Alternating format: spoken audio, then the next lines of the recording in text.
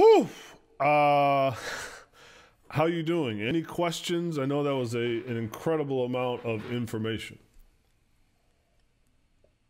The field, I do become confused when I see that construction because automatically I just want to assign fathahs throughout, making it a verb. And my question, I did actually prior to this meeting had a question in terms of how can you determine that it's a noun when you just see the fi'l without the taskil? Right. So, so for instance, let's take this. Let me look up the verse real quick. All right. Okay. In this verse, Allah says, Bismillahir Rahmanir Rahim. No, wait, that's not. Here it is. Okay, yes.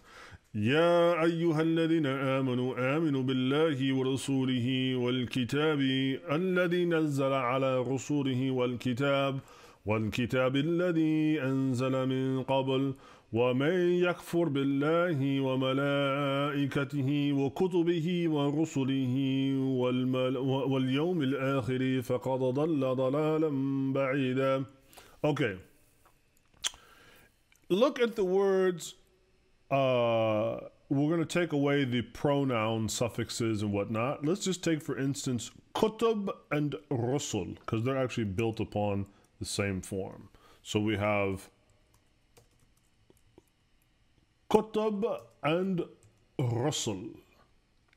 Now, without any doubt, without any dots, and hopefully also without any doubts, how do you know that this isn't actually kataba or rasala? How do you know it's not verbs and not plural nouns? Right? Because, you know, if you wanted to write the verb kataba, which means to write, I could just simply write kataba. Right?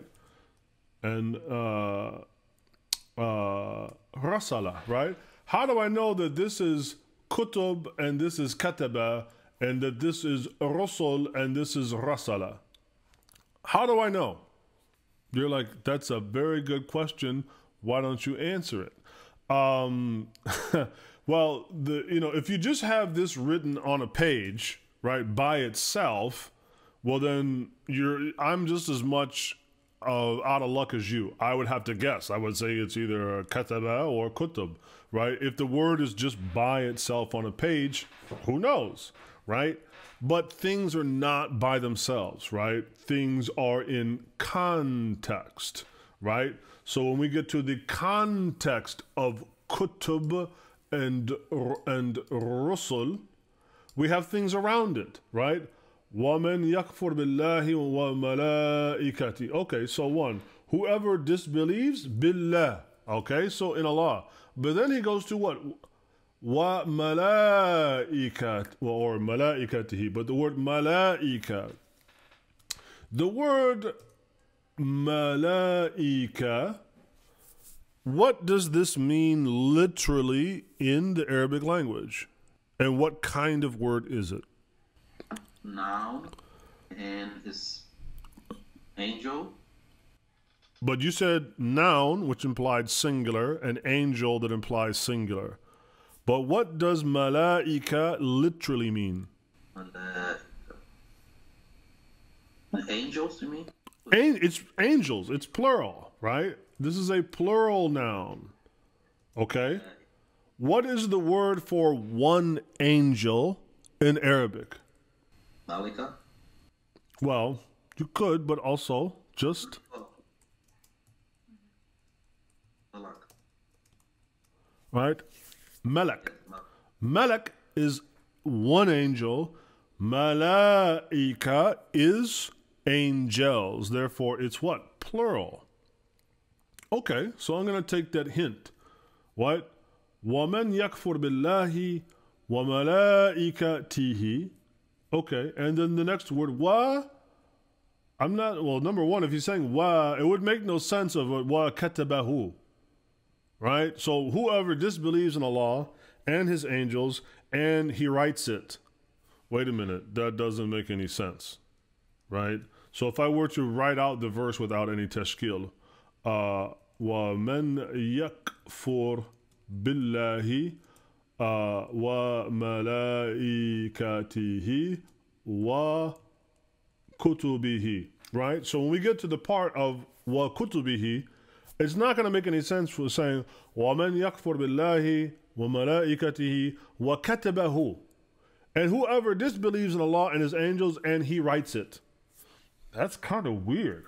But okay, maybe it is he writes it. But then what? Wa rusulihi. And again, we're going to write it without the tashkil. So now we had one plural. We have the second one. It could be a plural or it could be a noun. And now we get to the third one, right?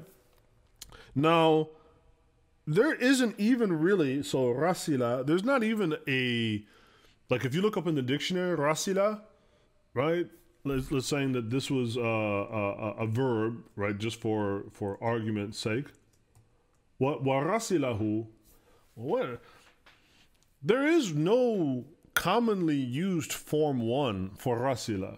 There's rasala and arsala, right? Like Allah, wa arsalna Muhammad nabiyyan, right? Such and such and such, right? We sent Muhammad as a messenger, rahmatan lil alameen, right? As a mercy to all mankind. So I know that this is not going to be a rasila. It makes no sense, right? So, but I do know that there is a plural called rusul, right?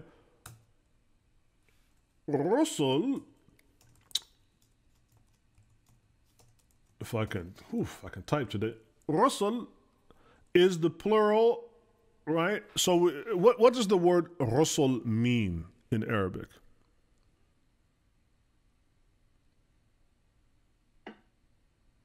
Plural for prophets, messengers. Not prophets, but messengers, right? It's the plural of, right? It means messengers. So what's its singular?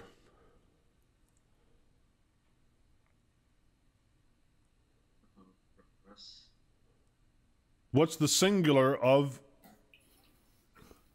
Rasul? Yeah, because we call him Rasul. What is one of the names of the Prophet sallallahu Rasulullah. Right. So Rasul is the singular, right? And this one being